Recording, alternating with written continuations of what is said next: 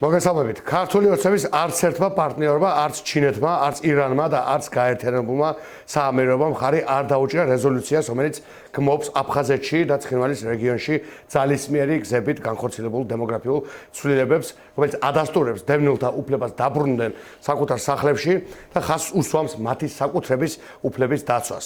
გაეროს რეზოლუციის შედეგები წარმოადგენს ქართული ოცნების საგარეო პოლიტიკის მორიგ კატასტროფულ კრახს. შეგახსენებთ, რომ ცოტა ხნის წინ ქართული ოცნების ანტისახელმწიფოებრივმა რეჟიმმა ჩინეთთან გაფორმებულ მემორანდუმში მხარი დაუჭირა ერთიანი ჩინეთის პოლიტიკას, ისე რომ სანაცვლოდ არ მოუთხოვია საქართველოს ტერიტორიული მთლიანობის მხარდაჭერა. დღეს კიდევ ერთხელ ვიმკით ამ ანტიეროვნული საგარეო პოლიტიკის შედეგებს, როდესაც ჩინეთი დევნილების დაბრუნებასაც კი არ უჭერს მხარს.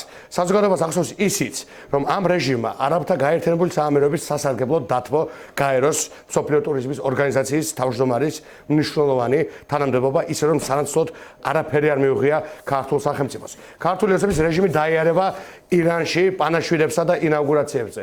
ესწრება შაჰ აბასისადმი მიძღვნილ წვეულებებს და თბილისის თავზე აფრიალებს ირანის კაცთამკვლელი რეჟიმის დროჟას. მაგრამ თეირანმაც კი დასცინა ამ რეჟიმს, როდესაც მხარი არ დაუჭირა გაეროს რეზოლუციას. გარდა ჩინეთისა, ირანისა და საამიროებისა, არც ერთი სხვა სახელმწიფო, რომელთანაც ბოლო 2 წლის განმავლობაში გამორჩეულ პოლიტიკურ ფლირტს ეწევა ქოცური რეჟიმი და სადაც გაუთავებლად დადის საოკუპაციო რეჟიმის საგარეო კომისარი ბოჭორიშვილი, არც ერთი ეს სახელმწიფო არ დადგა ქოცების მხარეს. მათ შორის არც სერბეთი, არც ცენტრალური აზიის სახელმწიფოები და არც ინდოეთი.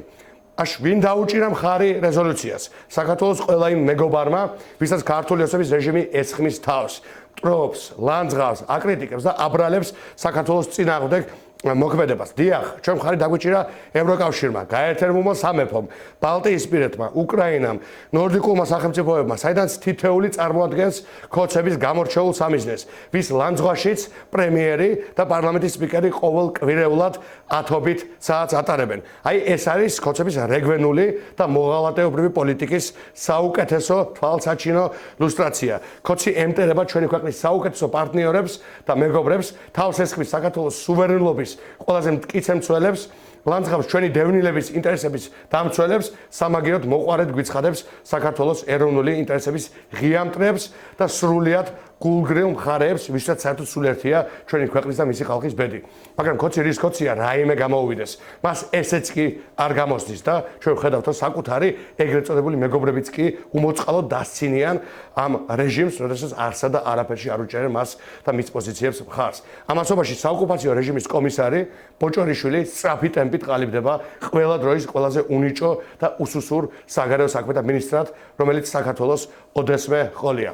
ამ მასშტაბის კატასტროფული კრახის შემდეგ ნებისმიერი თავმოყარე საგარეო საქმეთა მინისტრი დაუყოვნებლივ გადადგებოდა, მაგრამ ისევ და ისევ ქოცი ქოცია. მადლობა.